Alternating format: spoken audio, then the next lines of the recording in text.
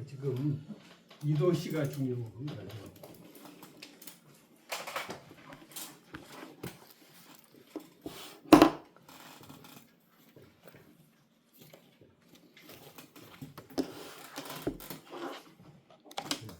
알렉산드리아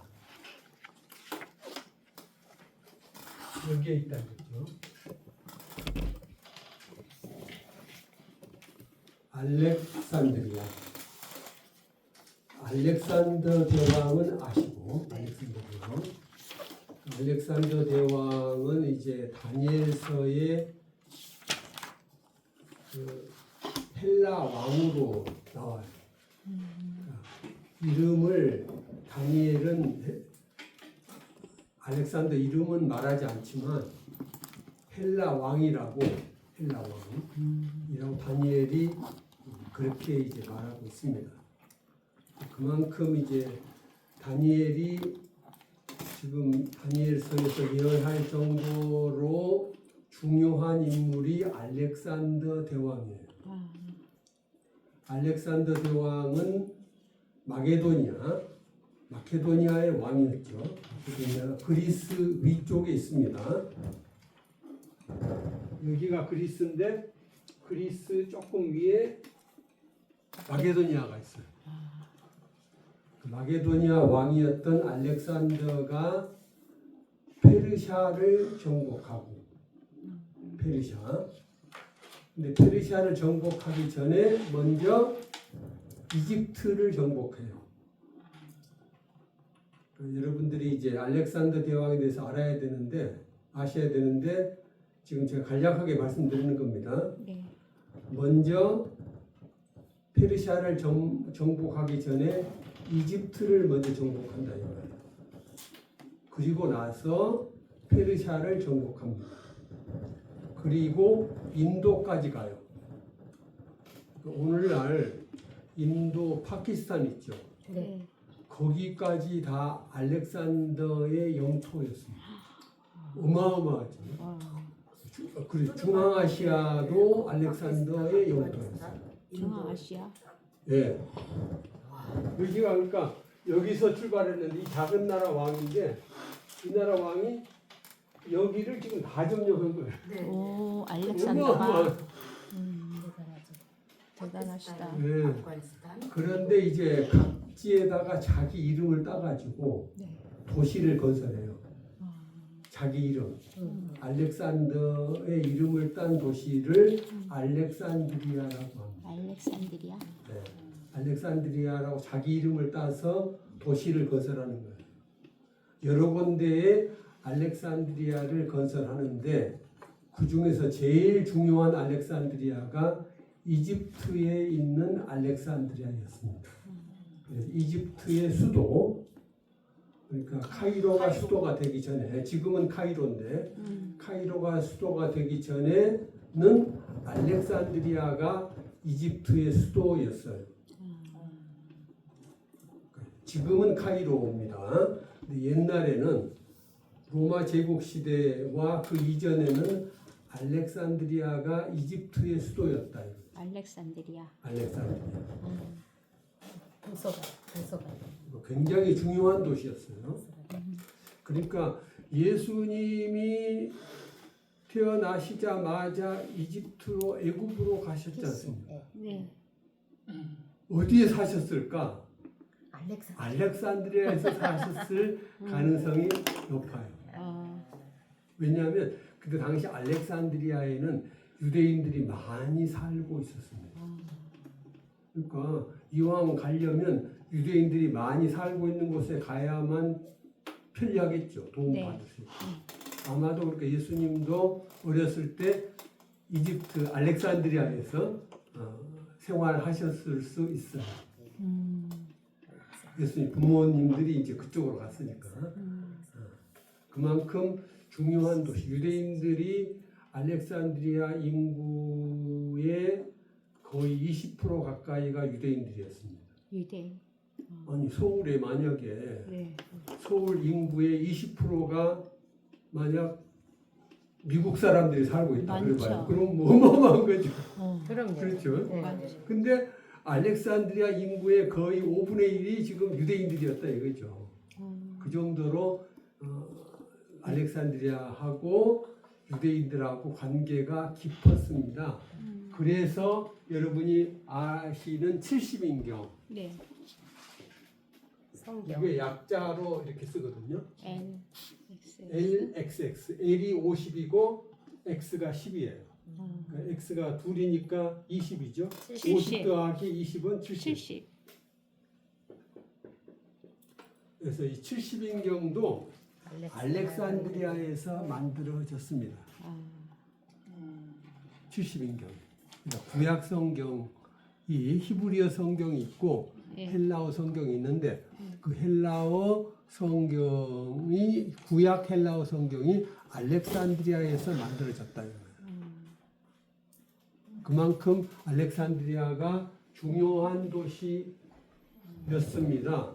그러니까 동정녀 탄생할 때 그 동정녀라는 그 단어를 쓴 성경 번역이 바로 저 70인경이에요. 70인경에 동정녀라는 그 단어가 나옵니다.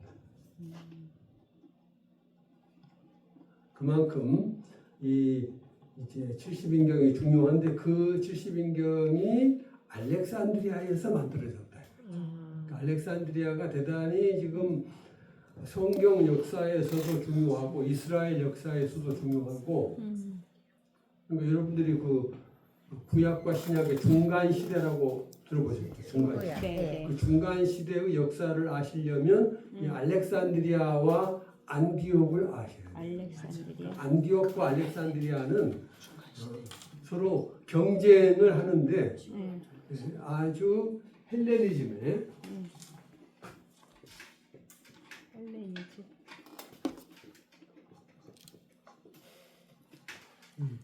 헬레니즘의 중심 도시였습니다. 그러니까 알렉산드리아하고 안디옥이 이 헬레니즘의 중심 도시인데 어디가 더 헬레니즘을 더 많이 받아들였느냐? 안디옥보다도 알렉산드리아예요. 안디옥은 그래도 시리아의 수도였기 때문에 아람 문화의 영향을 많이 받았어요.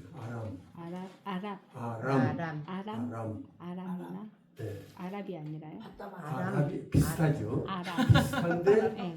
약간 달라요. 아랍 있고 아람이 있고. 그러니까 지금 시리아는 그 아람 구약 성경에 아람이 나오잖아요. 아람과. 근데 그 아람 지역하고 지금 안디옥과 가깝기 때문에 그 영향을 영향을 많이 받는다 이거죠. 영향을 많이 받았습니다.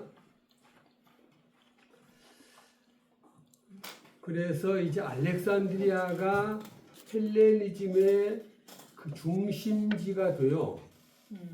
헬레니즘의 중심지. 그러니까 여러분들이 이제 문화 그러면 문화에서 중요한 게 뭐냐?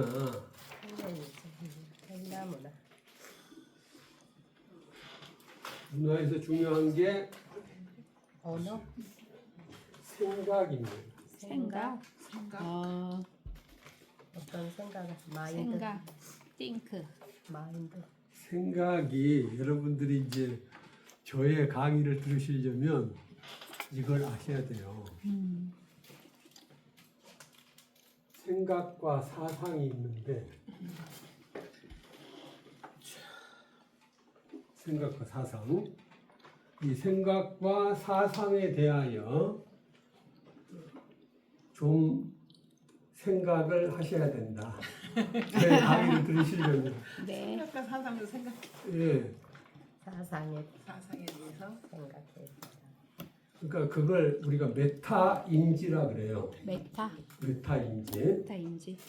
메타라고 하는 건 뭐냐면은 생각을 생각하는 겁니다. 메타인지라고.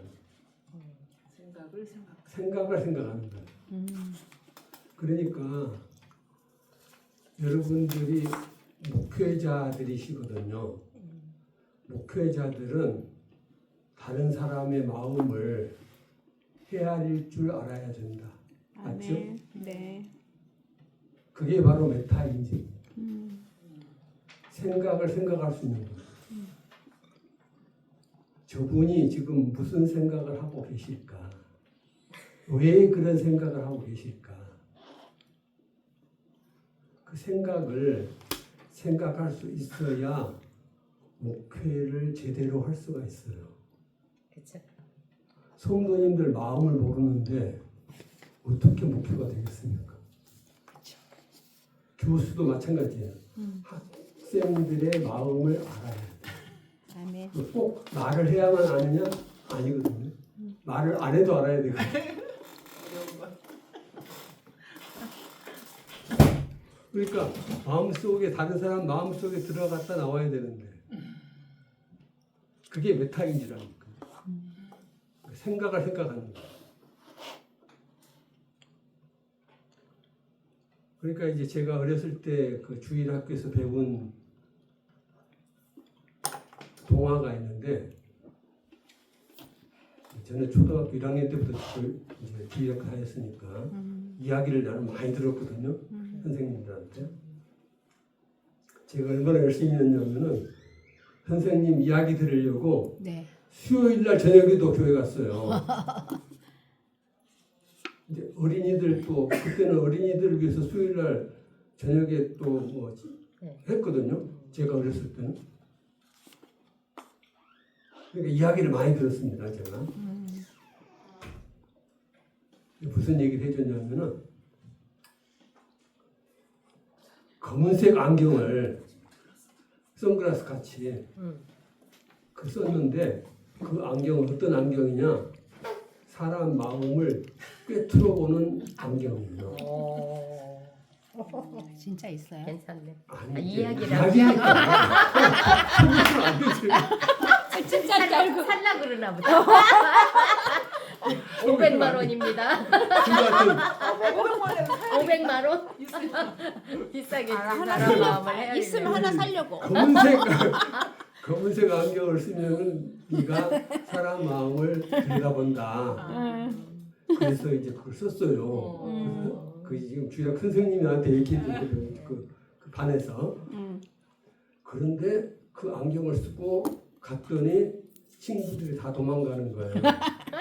들킬까봐. 네, 왜냐면은 본다고 이게 내가 불편하지. 좋은 마음을 가졌으면은 뭐 그 상관없는데 내가 조금이라도 이 꾸꾸러진 마음 갖고 있잖아요. 그럼 다 알아버리니까 알아버리니까 너무 무섭잖아요. 무섭죠. 다 도망가고. 근데 개나리를 내가 여기에 꽂았어요. 아 그랬더니 그러면은 상대방이 내 마음을 다 아는 거예요. 개나리? 개나리를 꽂아. 예.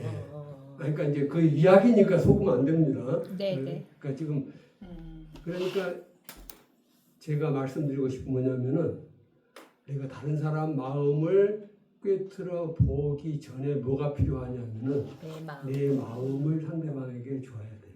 그렇죠. 내 마음.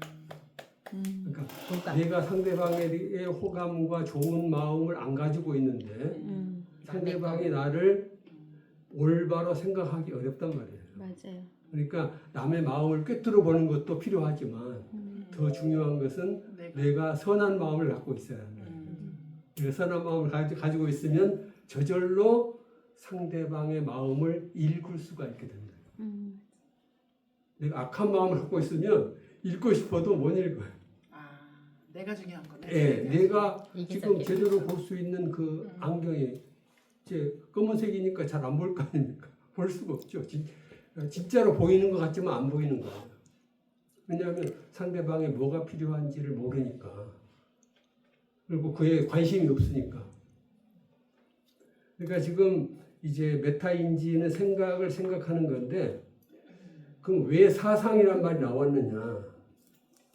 사상이란 말이 조금 어려운 말인데 그 어려운 말을 왜 썼냐면은 이 생각이 혼자 생각이 아니라는 거예요. 여러 사람의 생각을. 여러 사람이 함께 같이 공유하는 생각이 사상입니다. 네. 그러니까 사상을 지금 얘기하는 거예요. 사상이란 뭐냐? 여러 사람이 함께 공유하는 생각이다. 그러니까 지금 교회든 나라든 커지려면 같은 생각을 가진 사람이 많아야 커지는 겁니다. 네. 같은 생각을 가진 사람이 없으면 서로 마음이 갈라지는데 교회가 커질 수가 없죠. 그렇잖아요. 네. 커지려면 성장이라고 하는 게 뭐냐? 같은 마음을 가진 사람이 함께 모이는 거예요. 그러니까 마음을 사로잡을 수 있어야 목회를 할 수 있다. 지도자가 될 수 있다라고 하는 거예요. 그러니까 지금 이 사상이라고 하는 것은 결국은 한 사람이 먼저 생각을 아이디어를 내놨겠죠. 그러나 한 사람으로 끝나면 사상이 아니에요. 네. 여러 사람이 그 사람의 생각에 동의하고 함께 같이 어우러질 때 그때 사상이 되는 겁니다. 그러니까 기독교 사상 그러면 네. 처음에 예수님이 그것을 선포하셨겠죠. 근데 그 예수님의 그 가르침에 많은 사람들이 공감을 했단 말이에요. 그쵸. 공감. 주님 말씀이 옳구나. 사람들이 공감을 하고 거기에 함께 같이 모였다는 거. 그렇죠? 네. 그래서 기독교 사상이 생기는 거예요. 불교 그런데 사상. 그 기독교 사상 가운데 이제 후대가 되니까 선생님이 한 명이면 좋은데 여러 명이 나와요. 그러니까 그가 또 생각이. 아니 그러니까 주님이 말씀하시기를 너희는 랍비라고 불리지 말라 그랬거든요. 많이 선생이 되지 말고. 선생이 되지 말라 그랬어요. 그러니까 저는 그 말씀을 항상 생각하기 때문에 내가 교수가 되긴 했지만은 선생이라고 그렇게 그 내세우고 싶지가 않아요. 기본적으로. 왜냐하면 우리의 스승님은 단 한 분. 예수님밖에 없다. 예수님이 우리의 스승이다. 이거죠. 예. 그러니까 우리는 무엇을 증거해야 되느냐? 예수님을 증거하면 되는 거예요. 우리를 증거하는 게 아니고 나를 증거하는 게 아니고 아멘. 주님을 증거하면 주님의 증인이 되면 되는 거다. 근데 이제 선한 사람은 그렇게 되는데 사람 욕심이 생기거든요. 욕심이 생기기 때문에 자꾸 주님보다 나를 내세우려고 내가 이게 나를 내세우려고 하기 때문에 그래서 주님의 가르침에 합당하지 않은 생각들이 많이 생기게 됩니다. 그래서 기독교 사상에 여러 가지 갈래가 생기고 이단이 생기는 것이 그래서 그러는 거예요. 사상이 달라. 예, 사상이 달라진단 말이에요. 그러니까 지금 올바른 사상이라는 게 뭐냐면은 자기의 생각은 내려놓고 주님의 생각에 자기의 생각을 맞춰야 그래야 이제 되는 건데 그게 쉽지가 않아요. 생각보다. 왜 쉽지가 않냐? 우리가 주님과 똑같이 될 수가 없거든요. 인간이기 때문에. 인간이란 말이에요. 사람이기 때문에 주님하고 똑같이 아무리 되려고 해도 정말 대단한 그 성결한 그 영을 받지 않으면은 웬만해서는 그게 어렵습니다. 자기가 반드시 들어가요. 안 들어갈 수가 없어요. 그런데 이 헬라 사람들은 지금 헬레니즘이죠. 헬라의 영향을 받기 때문에 예수님의 그 가르침에다가 플러스 헬라의 사상을 같이 덧붙이는 거예요. 결합을 시켜요. 그래서 이제 기독교 사상 속에 헬라의 사상이 들어오게 되는 겁니다.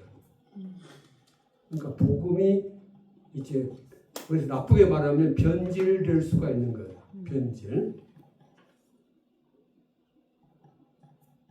거기에서 이제 어려움이 생기죠. 왜 이제 그러면 그렇게 되느냐. 여러 가지 아까 이유가 예수님하고 우리가 다르기 때문이다. 이제 그렇게도 얘기할 수 있겠지만 예를 들어 로고스. 로고스. 나이스. 이 말씀인데 한국말로 말씀이라고 하지만 또 로고스라고 하면 또 뜻이 좀 약간 다르잖아요. 달라. 그냥 로고스하고 말씀하고 달라. 깊이 생각해 보면 뭔가 뉘앙스의 차이가 있어요. 왜 그럴까? 로고스에는 헬라의 사상이 지금 그 단어 속에 들어있다는 겁니다. 로고스라고 하는 단어를 딱 들으면 헬라의 철학 사상이 생각이 나요. 어쩔 수 없이. 그래서 그런 방향으로 생각을 하게 되는데 불가피한 면이 있습니다. 왜냐하면 예수님께서 글로 설명을 해주셨으면 참 좋으신데 예수님은 말씀만 하시고 글을 안 쓰셨어요. 책을 안 남겨놓으셨단 말이에요. 그러니까 예수님의 그 말씀이 이 말씀인지 저 말씀인지가 분간이 안 될 때가 많아요. 그렇지 않습니까? 그러니까 정말로 예수님의 영적으로 정말 예수님의 그 영에 완전히 동화되고 심취가 되지 않으면은 그게 쉽게 이해가 안 됩니다. 그러니까 여러분들이 이제 신학 책이 있어요. 신학 책. 우리 이경옥 목사님께서 많이 갖고 계실 텐데 신학 책을 보시면 예수님의 가르침만 있질 않습니다. 바울 신학이 따로 있고요. 있어요. 요한 신학이 따로 있어요. 그리고 또 같은 요한 신학이라도 요한 복음의 가르침과 요한 일서의 가르침과 그리고 요한 계시록의 가르침이 약간씩 조금 다르게 또 느껴져요. 그렇지 않습니까? 네. 또 베드로 전서와 후서의 그게 또 조금 다르단 말이에요. 그러니까 왜 그럴 수밖에 없느냐? 예수님의 제자들도 다 개성이 있거든요. 베드로의 개성이 있고 요한의 개성이 있고 마테오 개성이 있고 다 개성이 있는 사람들이에요. 그 개성을 주님께서는 무시하지는 않았습니다. 제자들을 12제자들을 이제 모으실 때 그 제자들이 다 개성이 있는 사람들이지만 그 사람들을 무시하지 않고 다 받아주셨다는 거예요. 그러니까 이제 그런 면에서 본다면 우리가 100% 예수님의 그 가르침을 다 이해를 못하더라도 최대한 가까이 되려고 노력만 했다면 그래도 주님께서는 용서해 주실 것 같아요. 그러니까 우리가 완전히 주님과 똑같아지면 정말 좋겠지만 그거는 인간이기 때문에 안 되고 그러니까 그렇게 되려면 언제나 가능하냐. 주님이 오셔서 우리 함께 천국에 가 있어요. 그러면 혹시 몰라요. 그러면 될 텐데 이 땅에 육신을 갖고 사는 동안은 어렵단 말이에요. 그래서 이제 이 알렉산드리아에도 훌륭한 신학자들이 많이 나왔는데 그 첫 번째 사람이 클레멘스 알렉산드리누스라는 사람이었고요. 두 번째 사람이 오리게네스라고 하는 사람이었습니다. 클레멘스, 헬라어로 라틴어로 어떤 뜻이냐? 클레멘스가 사람 이름 뜻이 다 있거든요. 베드로 그러면 반석이죠. 반석. 그런 것처럼 이제 이 클레멘스도 이름의 뜻이 있습니다. 어떤 뜻이냐? 관대한 사람. 관대한 사람이라는 뜻이에요. 마음이 넓은 사람. 관대한 사람. 칼빈이 제일 먼저 22살, 23살 나이에 책을 썼는데 그 책 이름이 뭔지 알아요? 칼빈이 아니 겨우 22살 때 책을 쓰고 23살에 책을 냈어요. 출판했단 말이에요. 그러면 우리 같으면 대학생이에요. 네. 여러분 자녀 중에 대학생이 있을 수도 있고 손자 중에 대학생이 있을 수도 있는데 대학교 2, 3학년 학생이 책을 썼다. 이거 보통 일이 아니잖아요. 그 첫 번째 책이 뭐냐? 관용론 주석입니다. 관용론 주석. 주석. 그럼 관용록이 어떤 책이냐? 세네카라고 들어보셨죠? 네. 세네카가 로마의 철학자거든요. 네로 황제 아시죠? 네. 네로 황제의 사부였습니다. 네로 황제. 네로 황제 사부가 세네카였거든요. 네로가 얼마나 잔인한 사람인지는 아시죠? 네. 박해 말고 박해하기 전에 못 자기가 돼. 황제가 되기 위해서 네. 이복 동생을 죽여요. 맞아. 그리고 이복 의붓 아버지를 죽입니다. 자기 엄마도. 그리고 자기 어머니를 죽여요. 친어머니를 죽여요. 네. 그리고 두 번째 부인을 얻기 위해서 첫 번째 부인을 죽입니다. 죽여. 네, 살인마죠. 네. 그런 사람이 기독교를 박해하는 예. 근데 누구를 또 죽이느냐? 선생님. 스승인 스승. 세네카 보고 당신 보기 싫으니까 죽으시오라고 죽으라고 명령을 내려요. 자살하라고. 제자가 죽으라고 하니까 어쩔 수 없이 완전 또라이죠. 예. 네. 자기 동맥을 끊어서 죽어요. 세네카. 자기 제자가 죽으라고 하는데 뭐 황제인데 죽으라고 하는데 방법이 없잖아요. 그래서 죽은 사람이 세네카예요. 그 세네카가 네로를 위해서 쓴 책이 바로 관용론입니다. 세네카가 네. 이렇게 잔인한 사람 보고 네. 당신이 제대로 된 임금이 되려면 관대한 사람이 되라 는 뜻에서 관용론이라고 하는 책을 썼어요. 네로 황제를 보라고. 네로 황제한테 바치는 책이에요. 이게. 스승님이 스승인 세네카가 세네카가. 그랬죠. 세네카가 네로 황제를 위하여 써준 책입니다. 네. 자기 제자를 사랑하니까 네가 정말로 훌륭한 황제가 되려면 관대한 사람이 돼야 된다. 라는 의미에서 그 책을 써준 거예요. 어때요? 김광채 교수는 성실한 사람입니다. 네. 그 책을 번역했어요. 네. 이 책을 관용론? 그러니까 관용론을 제가 번역을 했고 세네카요? 그렇죠. 왜냐하면 왜 번역했냐? 이게 라틴어요? 라틴어로 되어 있습니다. 근데 칼빈이 주석을 썼으니까. 우리 한국에서 제가 제일 유일하게 번역한 사람이에요. 그리고 왜 내가 그걸 번역했냐? 칼빈이 그걸 주석을 했기 때문에 칼빈의 주석을 내가 번역을 하기 위해서 먼저 세네카의 관용론부터 번역을 했습니다. 그 다음에 바로 칼빈의 관용론 주석을 제가 또 번역을 했어요. 그럼 지금 세네카가 쓴 책을 관용론을 네. 제가 번역을 했고 번역을 하시고 또 그 다음에 칼빈이 그걸 주석을 했는데 네. 그 주석서를 제가 또 번역을 했어요. 칼빈이 주석한 이 관용론을 또 관용론 주석 네, 관용론 주석을 또 번역하셨다. 왜냐하면 칼빈에 대해서 많은 분들이 얘기를 하는데 네. 그 사람이 쓴 책이 안 읽어보고 강의를 하면은 안 안 되잖아요. 되죠. 맞아. 그렇죠?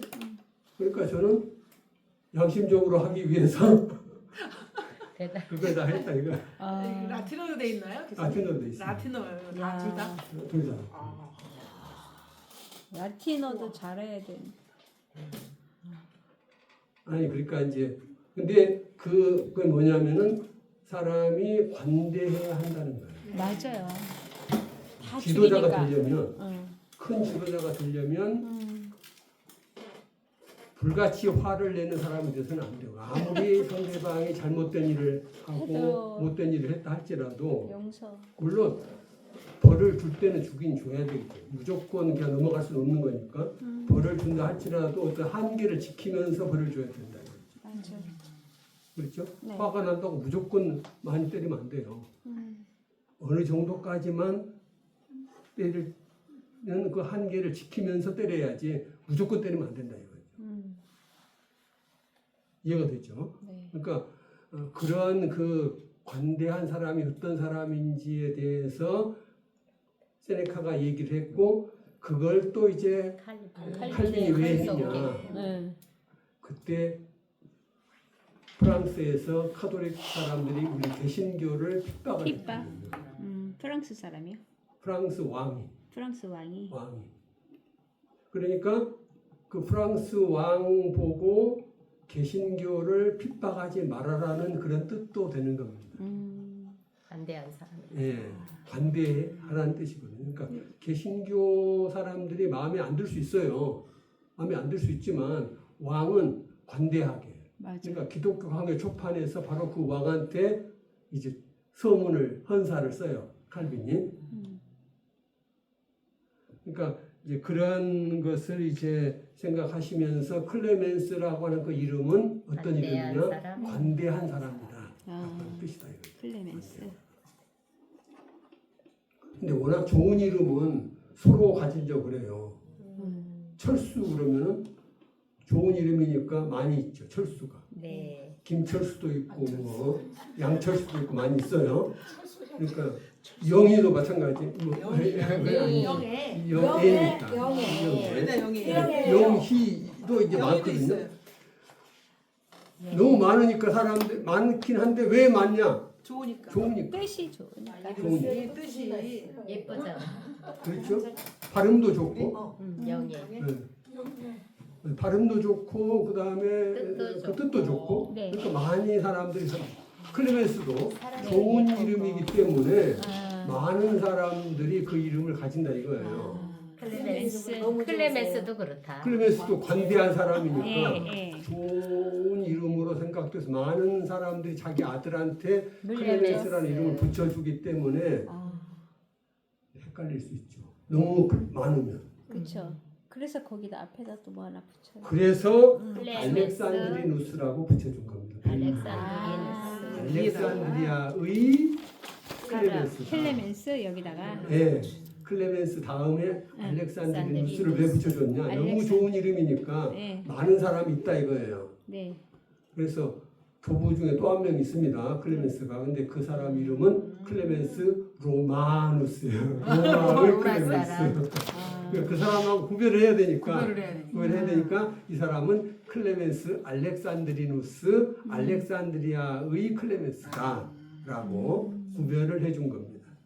이해가 되죠? 네. 그래서 알렉산드리아가 중요한 도시라고 말씀드렸고 그 다음에 클레멘스가 이제 훌륭한 분인데 이분의 고향은 그리스예요. 그리스가 고향입니다. 클레멘스. 그리스가 고향인데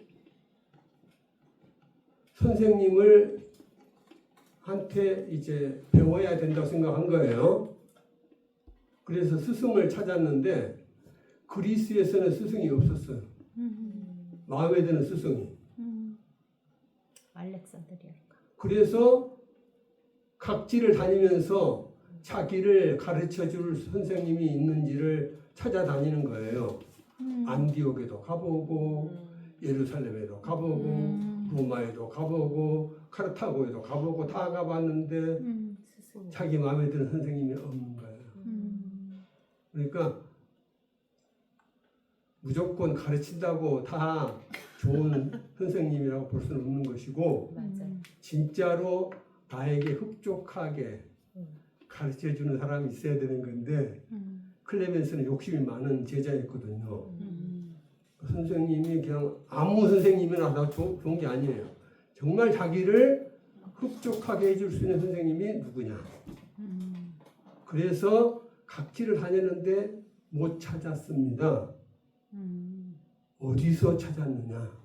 알렉산드리아에서 찾았습니다. 누구였느냐?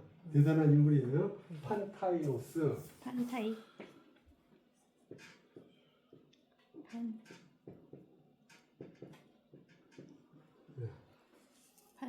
판타이노스라고 하는 스승을 알렉산드리아에서 만나게 됩니다.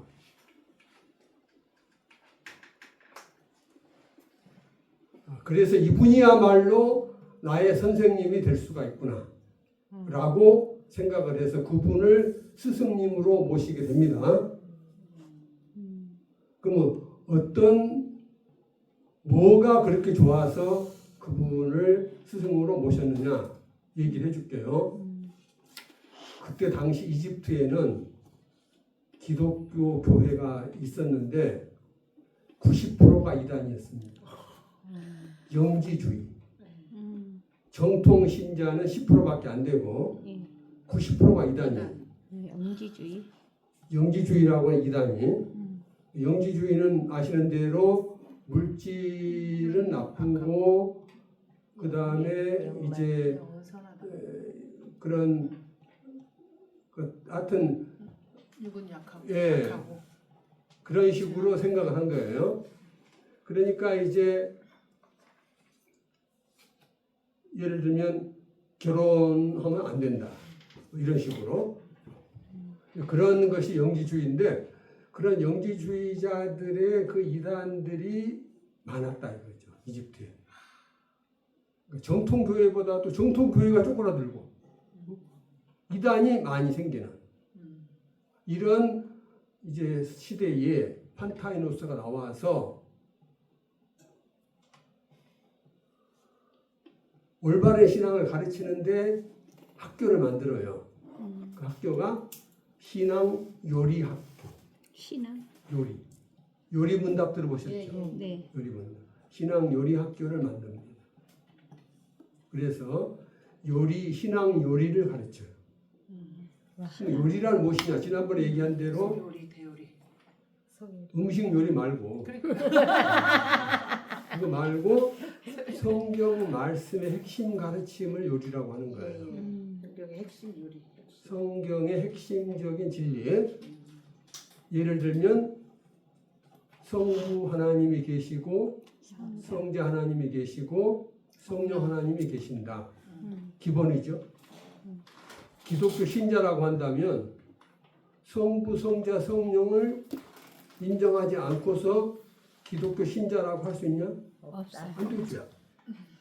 그 다음에 예수님에 대하여 동정녀 탄생을 부인한다. 안 돼. 말이 돼요? 안 돼요? 안 되죠.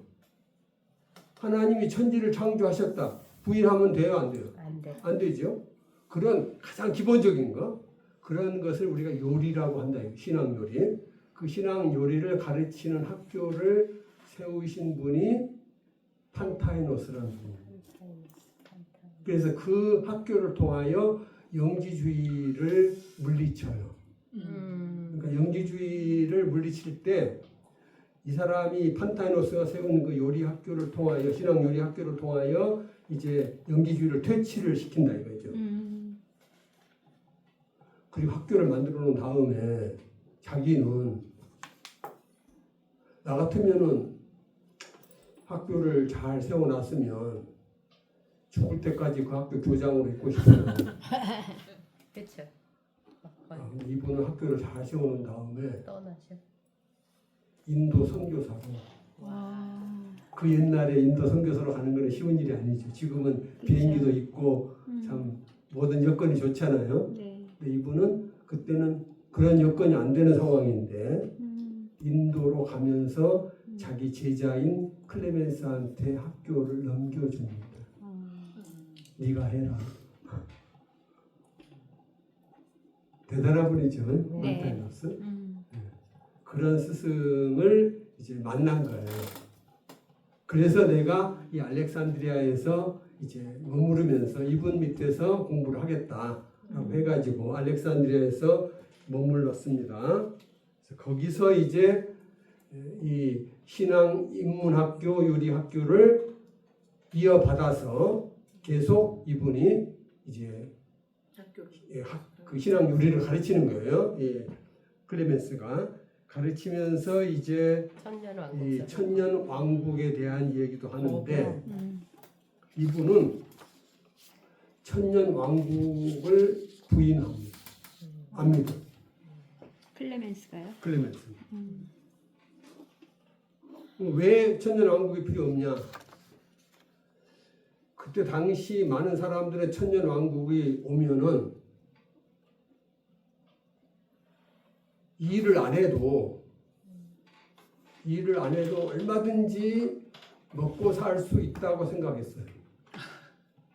천년왕국이 오면 너무너무 농사가 잘 되니까.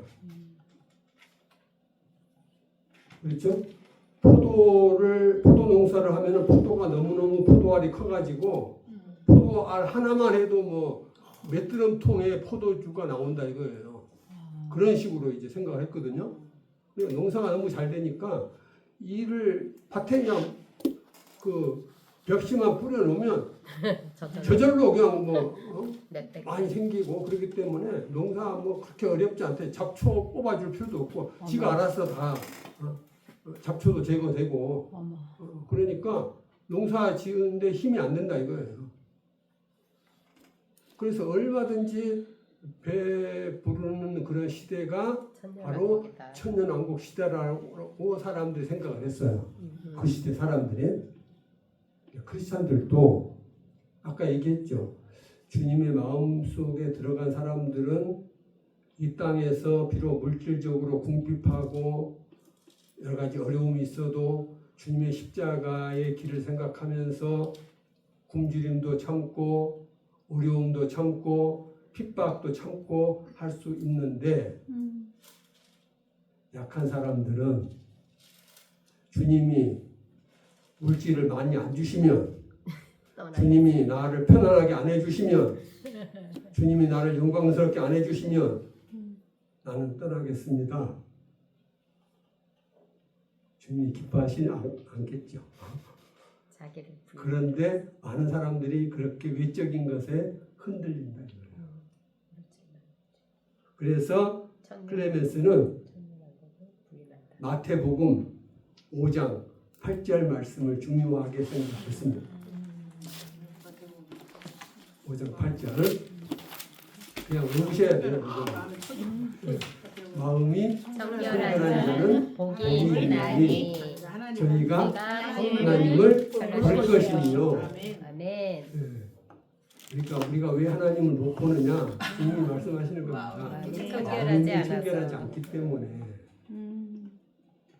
영의 눈이 막지가 못하다 이거예요. 그러니까 하나님은 육신의 눈으로 볼 수 있는 분이 아니지 않습니까? 하나님은 영의 눈으로 볼 수 있는 분이거든요. 그러니까 이 마태복음 5장 8절 말씀대로 마음이 청결해야 되는데 그러려면 욕심을 버려야 한다. 욕심에서 벗어나야 한다. 그래서 아파테이아라 돼 있죠? 네. 아파테이아. 아파테이아가 뭐냐면은 외적인 것에 마음이 흔들리지 않는 겁니다. 외적인 것에. 아가 헬라어로 아니다는 뜻이거든요.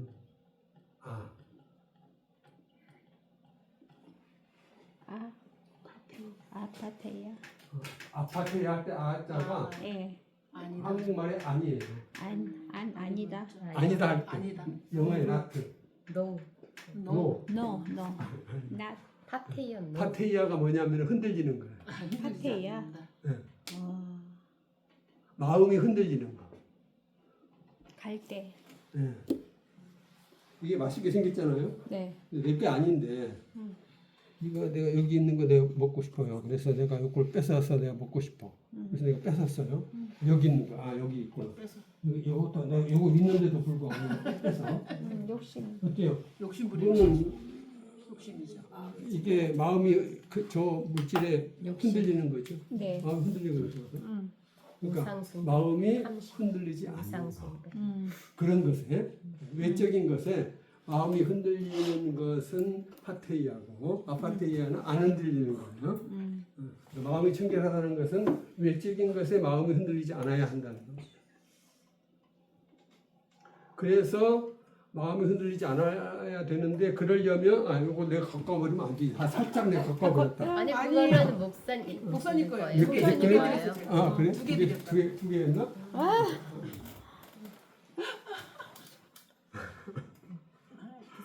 그래서 이제 그러려면 어떻게 해야 되느냐? 이 사람은 이제 철학을 공부를 했거든요. 아테네 그리스 사람이라고 했잖아요.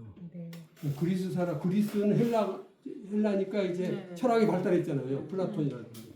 근데 그 플라톤이 무슨 얘기를 했냐면은 여러분이 그 플라톤을 좀 알아야 돼요. 근데 네. 플라톤이 어떤 사람이냐면은 네. 이 철학자인데도 불구하고 하나님을 많이 생각한 사람이에요.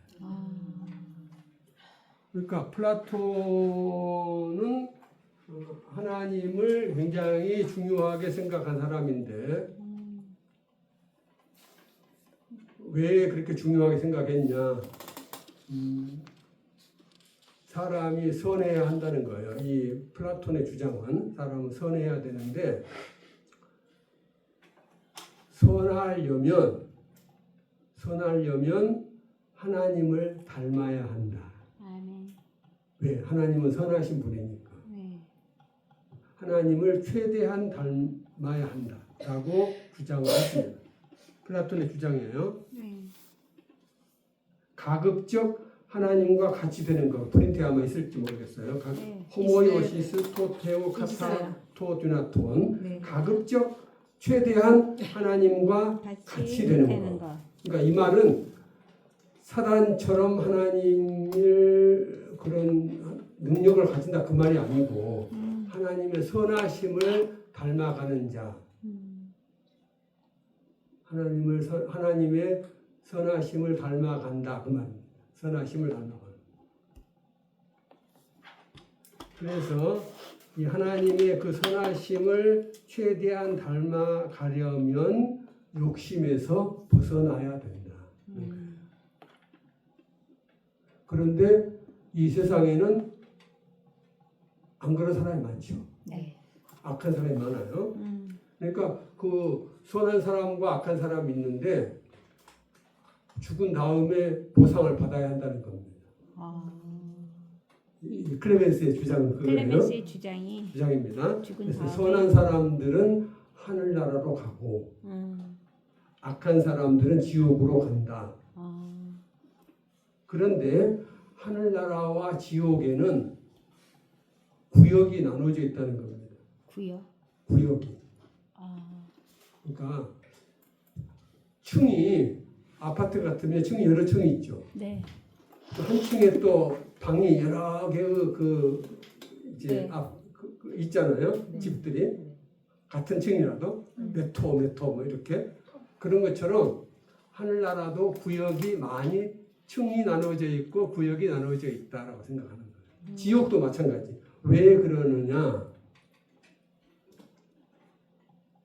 사람마다 악한 정도가 다르다는 거예요.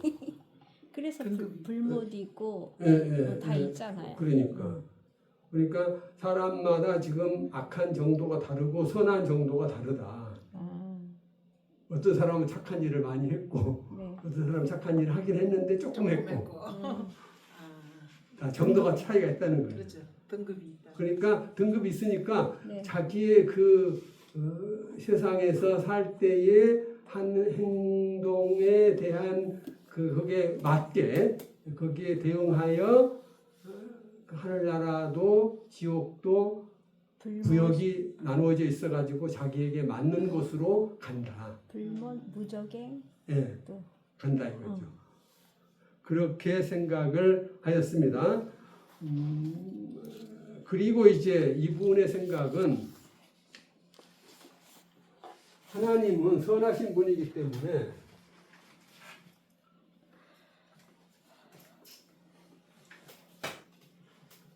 지옥에 보내놓고도 다시 세워. 다시 세워. 다시. 그렇죠. 봐준다는 거예요. 어떻게 봐줄 수 있느냐? 그러니까 이거 이제 조금 문제가 있습니다. 네. 이게 100% 맞다는 얘기는 아니에요. 네.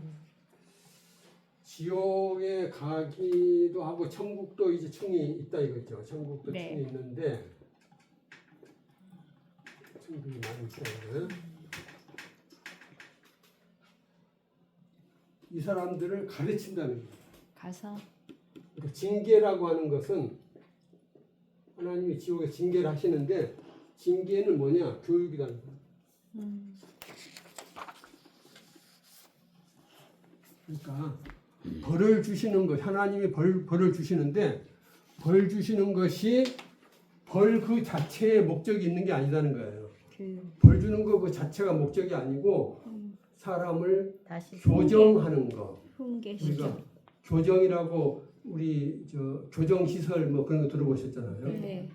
그게 바로 그거 바로 잡는 거거든요. 음. 그러니까 벌 주는데 목적이 있는 게 아니고 그래서 옛날에는 형무소라고 하는데 요새는 형무소라고 안 하고 이제 교도소. 교도소 교도소. 내지는 교도소라고 하는 이유가 뭐냐면 교정한다.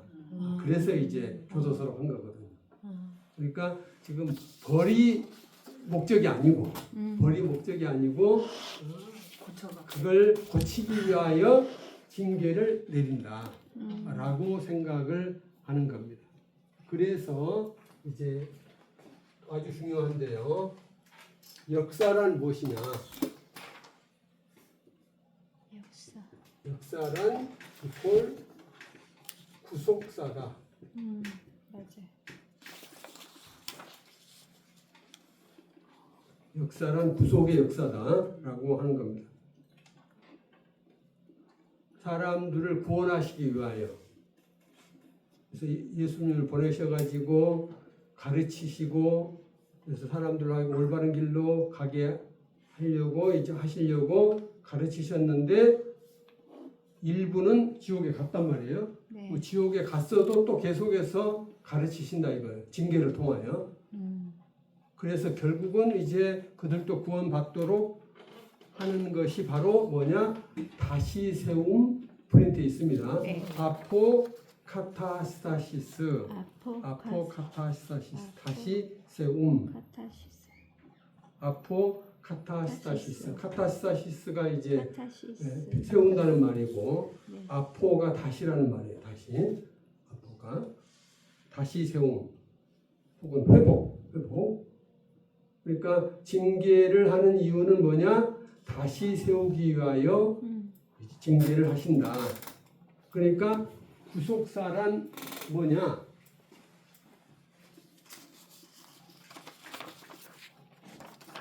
구속 교육사란 구속. 구속 교육의 역사.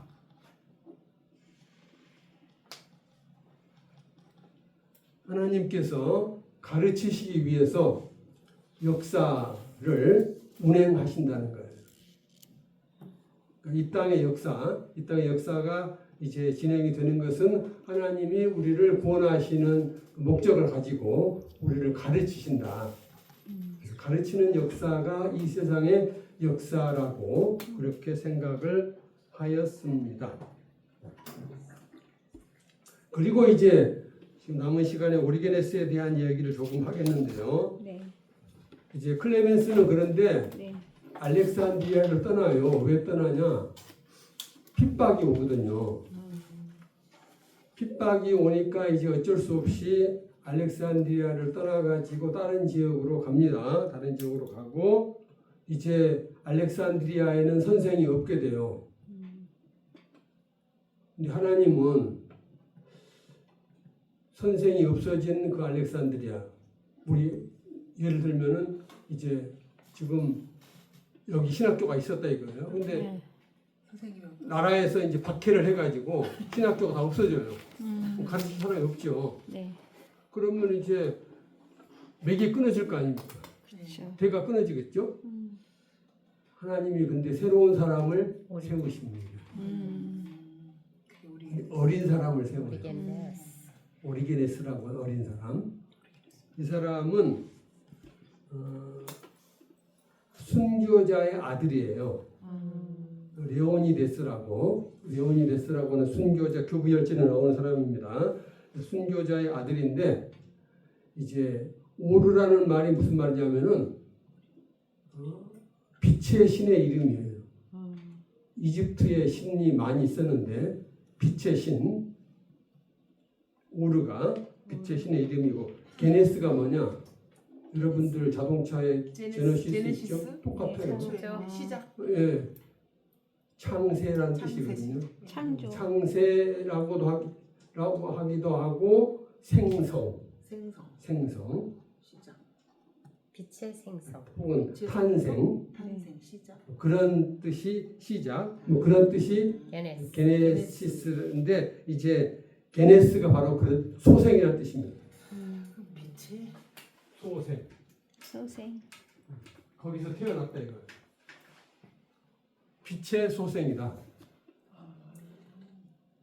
그래서 이제 미국에서 공부하신 분들은 헬라어를 관심을 안 가지고 그래가지고 오리게네스를 오리겐 그렇게 발음을 해요. 오리겐. 오리겐이라고 오리겐으로 들어보셨죠? 많이 쓰죠. 예. 오리겐. 거의. 오리게네스인데 오리겐으로 미국에서 공부하신 분들이 오리겐으로 그렇게 하는 겁니다. 오리게네스가 맞아요. 헬라어 그대로 게네스. 게네스. 오르의 소생이다. 소생. 오르 빛의 소생. 빛의 소생, 빛의 소생, 굉장히 빛의 신의 소생. 이름이 게네스가 소생이란 말이에요. 게네스. 좋은 이름. 오리게네스. 그래서 빛의 신의 인 오르의 소생이다. 그런 뜻으로 오리게네스입니다. 그래서 이제 정식으로 발음을 하면 오리게네스가 맞고, 근데 이제 영어식으로 하면 오리겐 이렇게 되는 거예요. 오리겐. 저는 그냥 원칙대로 오리게네스라고 합니다. 오리게네스. 저는 조금 그 원칙주의자. 원칙을 좀 좋아해요. 그러니까 좋습니다. 좀 힘들 때가 있을 거예요. 저를 따라서 하시려면 김광철은 왜 저렇게 고집이 쓸까 뭐 이렇게 이제 하실 때가 있을 거예요. 근데 저는 어쩔 수 없어요. 제가 좋습니다. 타고난 게 그렇게 타고났기 때문에 제가 부드러울 것 같은데 안 부드러워요. 네. 부드러울 때는 하나없이 부드러운데 이 딱 하나 내가 정해가지고 이거는 흔들리면 안 된다는 거 딱 있으면 그거는 절대 안 흔들려요. 중요한 것 같아요. 마음은 약한데도 불구하고 그러니까 다른 거 물질이라도 이런 거는 제가 하나없이 약해요. 저는 그냥 괜찮다. 근데 이제 원칙은 도저히 안 된다. 그죠? 여하튼 오리게네스는 아버지가 경찰에 붙잡혀 갔습니다. 이제 예수 믿는다고. 그러니까 지금 엄마하고 지금 여동생이 있는데 얼마나 걱정이 되겠어요. 그렇죠? 네.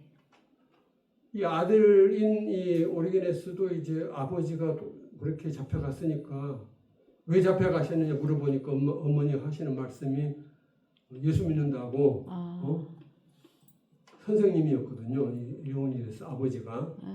그러니까 예수를 믿는 학교 선생님이었어요. 목사님은 아니고 그냥 일반 학교의 선생님. 근데 잡혀간 거예요.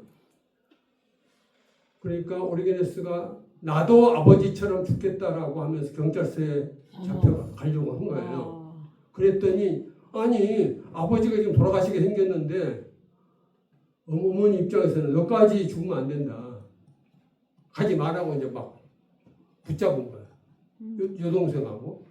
할 수 없이 어머니하고 여동생 때문에 경찰에 자수를 안 했습니다. 원래 자기는 아버지와 함께 같이 죽고 싶었던 거예요. 그러니까 굉장히 순진하죠. 아직 그때 나이가 17살, 18살밖에 안 될 때. 순진하네. 고등학생밖에 안 되는 나이에. 그 나이에 그렇게 한 겁니다. 그런데 아버지가 선생님이니까 얘를 잘 가르친 거예요. 잘 가르쳐가지고 일반 학문도 가르치고 그 다음에 성경도 가르치고 그 아버지한테 그 배운 것으로 자기가 아무 선생님이 없는 지금 다 핀신했지 않습니까? 그 상황에서 학교를 만들어요. 20살 정도밖에 안 됐는데. 그래서 기독교를 가르칩니다. 그러니까 신앙 아까 요리학교, 인문학교 만들었다 그랬잖아요. 그 학교가 지금 없어진 거예요. 없어졌는데 새로 이 젊은 20살 정도밖에 안 된 오리게네스가 학교를 시작한 거예요. 아버지한테 배운 걸 바탕으로 해가지고. 물론 자기가 조금 공부를 했겠죠. 그런 사람이 이제 오리게네스인데 나중에 이제 25쯤 돼가지고 자기가 아무래도 선생님한테 안 배우고 혼자서 아버지한테 옛날에 어렸을 때 배운 것만 가지고 안 되겠다 그래서 생각을 해가지고 플라톤주의 선생님인 암모니우스 사카스라는 선생님을 찾아가요. 플라톤? 플라톤의 그 후계자입니다. 신플라톤주의의 스승이에요. 그 암모니우스 사카스라는 선생님을 찾아가서 공부를 합니다. 오리게네스가. 그래서 신플라톤주의와 플라톤주의 철학을 오리게네스가 배워요. 그러니까 오리게네스도 학교를 다닌 거죠. 그러니까 자기 아버지한테 배운 것만 가지고는 아무래도 부족하다고 생각한 거예요. 그러니까 그때 당시 최고의 그 스승이었던 최고의 그 철학자였던 암모니우스 사카스라는 그런 신플라톤주의의 대가를 찾아가서 그분에게서 공부를 하는 겁니다. 몇 년 동안 공부를 하고 이제 다시 돌아와서 신앙인문 학교를 하는 건데, 이 암모니우스 사카스 어떤 분이냐? 사카스라는 그 이름이 뭐냐면은 별명이 짐꾼이에요. 짐꾼. 그러니까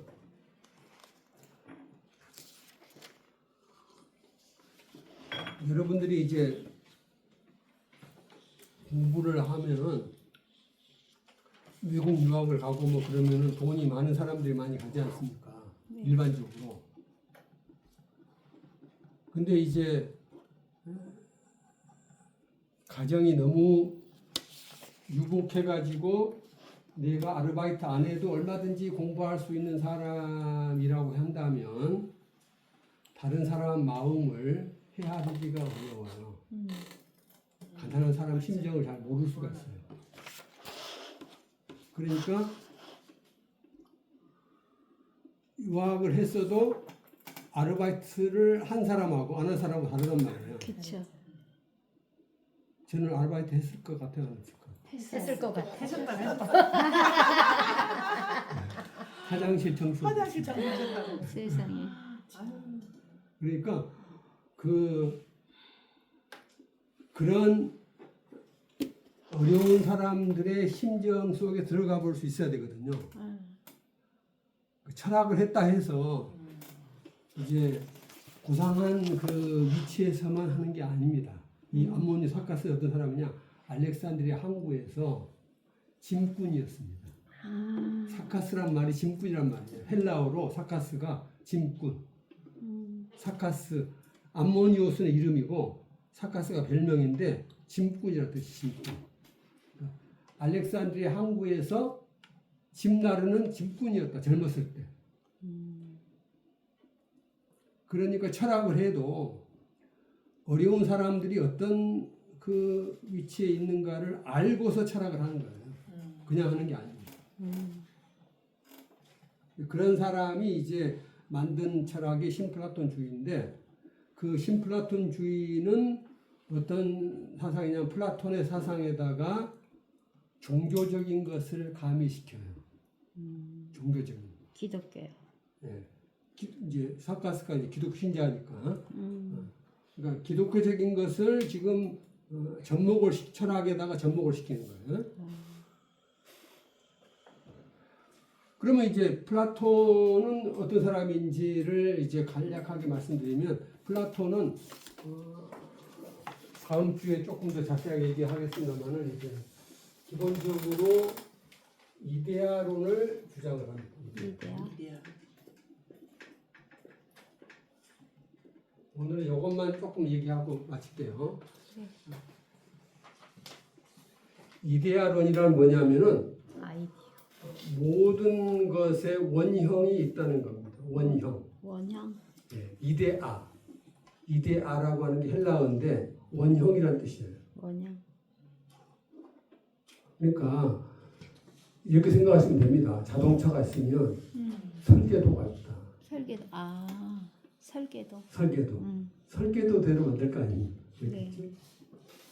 머릿속에 지금 자동차를 만드는 엔지니어의 머릿속에 자동차의 설계도가 있는 거예요.